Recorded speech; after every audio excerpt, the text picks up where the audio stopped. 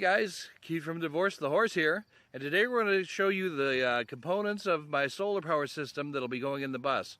Now it's not the whole enchilada, but it's the main guts of the system. The panels, the inverter, the shut-off box, all that other stuff. Very important things to do. And I'm not going to kid around with you. I've spent a lot of money on this system. Probably by the time I'm done, $3-4 grand to have electricity in my bus, and you're like, oh my God, $3 or $4 grand on electrical equipment. Well, yeah, but the point is that I wanted my bus to run like a regular house and not have to worry about how much power I consume, unless of course I get like a whole week or two of gray, cloudy days, which does happen around here from time to time. And for that problem, I'm installing a generator in the floor of the bus, so I have a hatch to access it from the inside so I can feel it and start it and stop it.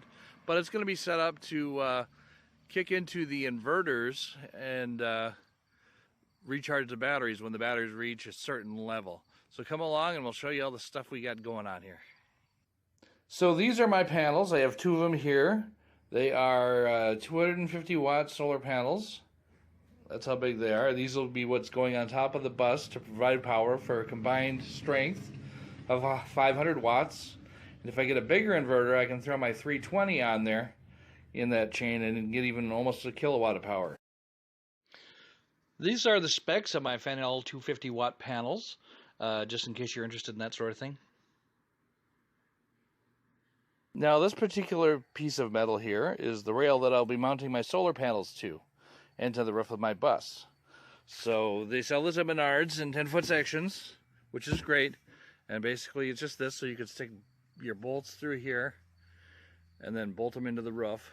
These happen to be Dave's solar panels up there on the roof of his house. I don't know if you can see them with this lighting. There they are. And they are mounted to the roof on that same rail system. See on the end here how it tees off? You got one going vertically, and then the panels are put on horizontally and bolted through each other to hold those panels down to the roof. When you're walking down the street and you see a little ghost, what you gonna do about Ghostbusters?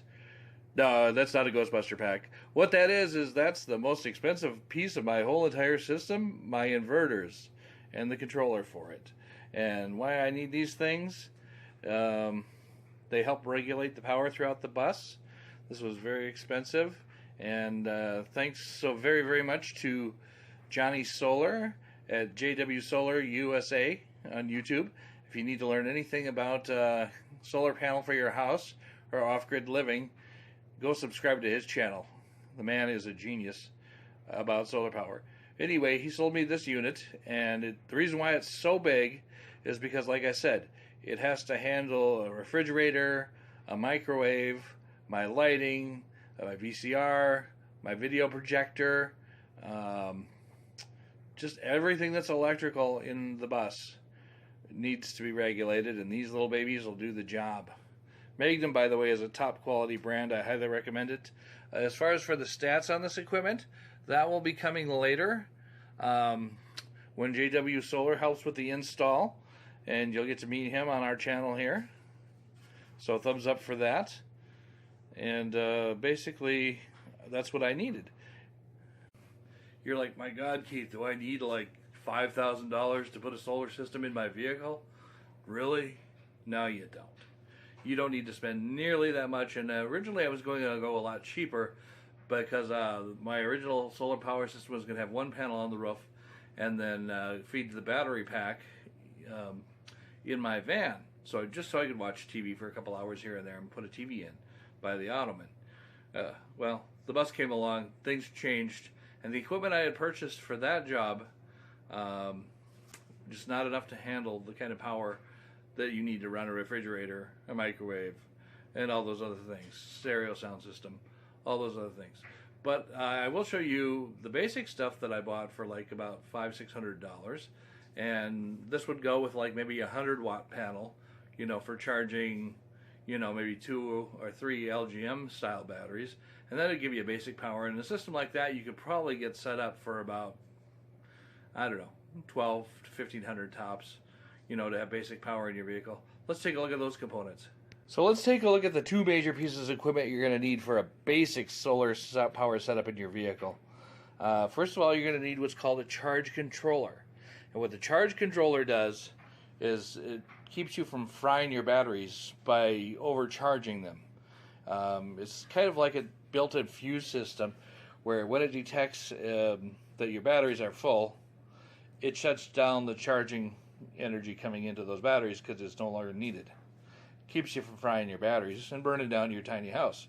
Very important. This thing over here, this is a charge, not a charge controller, but an inverter. And what that does is it changes it from battery power to house power. So you can plug in regular household appliances instead of stuff that needs to be run off a car battery.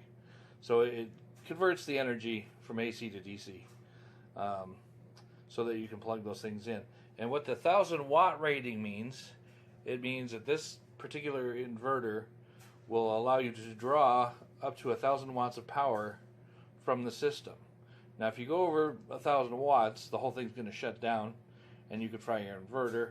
But you put a fuse box in to your system like you would in your house, and a little master shut-off box that'll shut the panels from reaching, you know, the actual charge controller itself as a safety backup. But you know, something like that would run a small microwave. You know, they usually run about 960 watts of power. And you know, if you're living in a van, how nice would it be to have a microwave? I'm telling you, brother, really nice to have a microwave. But not only that, you know, you get a couple of AGM batteries and put those in, and you'll be able to charge your DVD player or you know, all your devices inside your vehicle while you sleep at night. Be able to run a decent sized fan off that battery bank when it's really hot. And let me tell you, I have a little tiny fan that I run off of just one of those big bricks for charging your cell phone. And even that little fan makes a big difference on hot, muggy nights. But how much nicer would it be to have a full-size fan, you know, blowing on you all night? That'd be fabulous. So guys, what'd you think? A lot of money going into the system. Once again, it's so that I can have house-like life quality in my bus, meaning run the fridge, run the microwave, run the lighting, run my game systems, my Blu-ray player, the projection system, you know, water pumps and all that, so I have good water pressure in the shower. That's important to me. Anyway, I just like drizzly, you know. Anyway, that's about it for this week. So I just want to say how much I appreciate you guys, the watchers. It means a lot to me that you take the time to subscribe and watch these videos and help me grow my channel. Thank you so very much. I really, truly appreciate it.